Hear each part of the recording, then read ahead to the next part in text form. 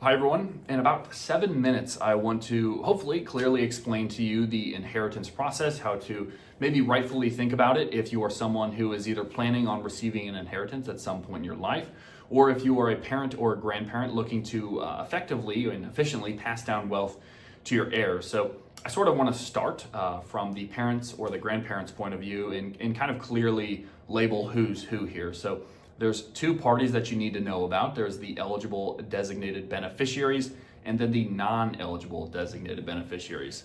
I love how many syllables are in those words. I know that those might be forgotten soon, but let me talk about the eligible designated beneficiaries, the EDBs. This is going to be anyone who is your spouse, is within 10 years of you in terms of your age. So if you have a brother or sister who's close in age, if your child is disabled or chronically ill, they will also be a part of this group. So this group is not a part of what I'm going to be talking about today in terms of the tax rules. This group is able to have a little bit more benefit. They're able to use the old tax rules.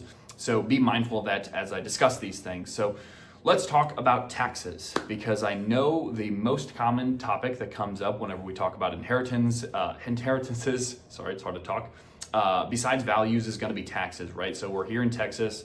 People want to write the smallest check possible to the government, and we're here to help you do that. So one of the first things we talk about, of course, when we talk about taxes is what type of asset is it? So starting with pre-tax assets, this is your 401k, this is your 403b, an IRA. If you're a business owner, you have your solo 401k, a SEP IRA, maybe even a simple. But with these assets, they could potentially be the worst out of all the assets to pass down. The reason being is it does create a potential time bomb in terms of taxes for your grandchildren, or for your children. And I know what you're thinking is too bad. They can pay the taxes. I'm giving them a lot of money.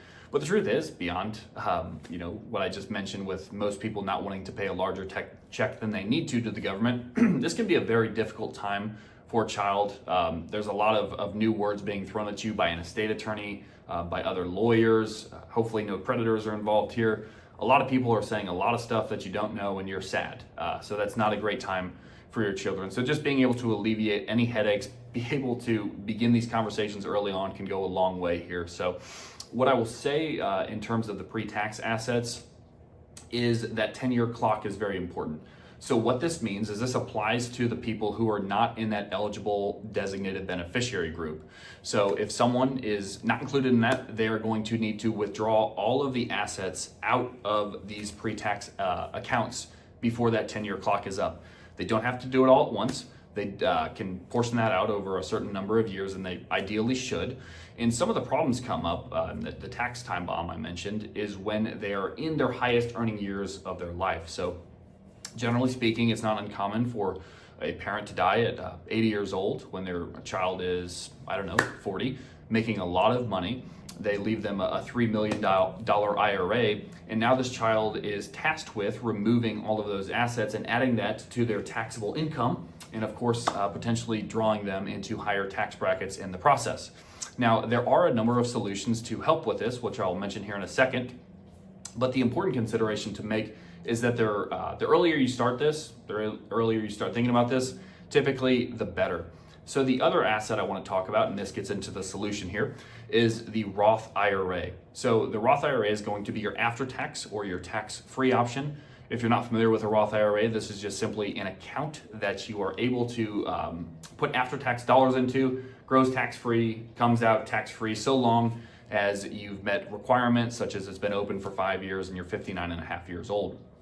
So with that being said, the solution can come a lot of times if you do have a pre-tax asset in doing what's known as a Roth conversion. Please speak with your financial advisor about this if this is right for you. But what I am referring to here is that I have my pre-tax asset, my 401k or my IRA. I say I'm going to take the tax hit on that today, but I'm going to turn that I'm going to turn those dollars into after tax, going to pass them on to my children. It's going to be tax-free to them after I pass away.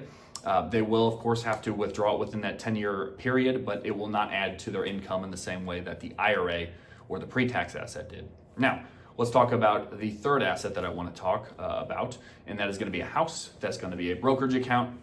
Any non-qualified asset is going to receive what's known as a step up in basis. A step up in basis, for those of you who are unaware, is just as simple as I bought a house at $500,000. In the last 10 years, it's gone up to $750,000. And now when my child receives that house, they're going to receive that step up, and their price is going to be $750,000. The benefit here, of course, is that they just avoided legally a lot of taxes that come along with this. If your child technically was to receive this house, turn around and sell it, they would have no gains on that house if everything worked out perfectly. The same can be said if they own a stock or a mutual fund or an ETF. These will all receive a step up in basis so long as it's in a taxable account. So we have our three different types of assets that I've discussed now. Now I want to talk about the values portion. So I know that values nowadays can mean a number of different things. But what I'm specifically talking about here is the shirt sleeves to shirt sleeves problem. So if you're not familiar with this is simply the first generation either has a business and they build up all of these wonderful assets through hard work, through time, through dedication, through focus. And then as generations go on, that slowly erodes away because of loss of these values that I just mentioned. So that's something important to talk about.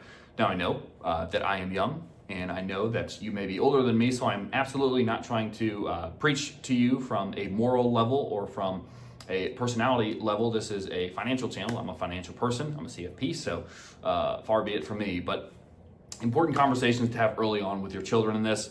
Another way I will say that you can do this is you can implement trusts into your legacy planning. And again, not an estate attorney, but essentially what I'm talking about is a lot of our clients will use incentives in their trust to say, okay, after I pass away, Billy has to get married before he gets this portion. If he chooses to start a business, he can get this amount. Or Sarah gets 25% of this account every 5 years and so forth. So what I'm saying here is you have a lot of control over what your assets do after you pass away with a trust if you have the right estate attorney on your team. So I'm past 7 minutes. I do apologize. I feel like there was a lot more I could get into, but in order to keep these videos at least somewhat interesting, that is something I just wanted to hit you with. So if you have any questions, feel free to reach out to me. I will leave my information here on the screen, but other than that, I will see you next time.